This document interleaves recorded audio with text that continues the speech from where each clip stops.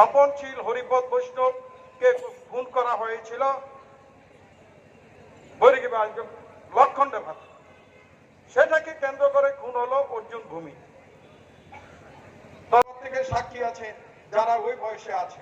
এরকম ভাবে বহু নেতা কর্মী এই এরিয়াতে খুন হয়েছে। কার হাতে? সিপিএম এর হাতে।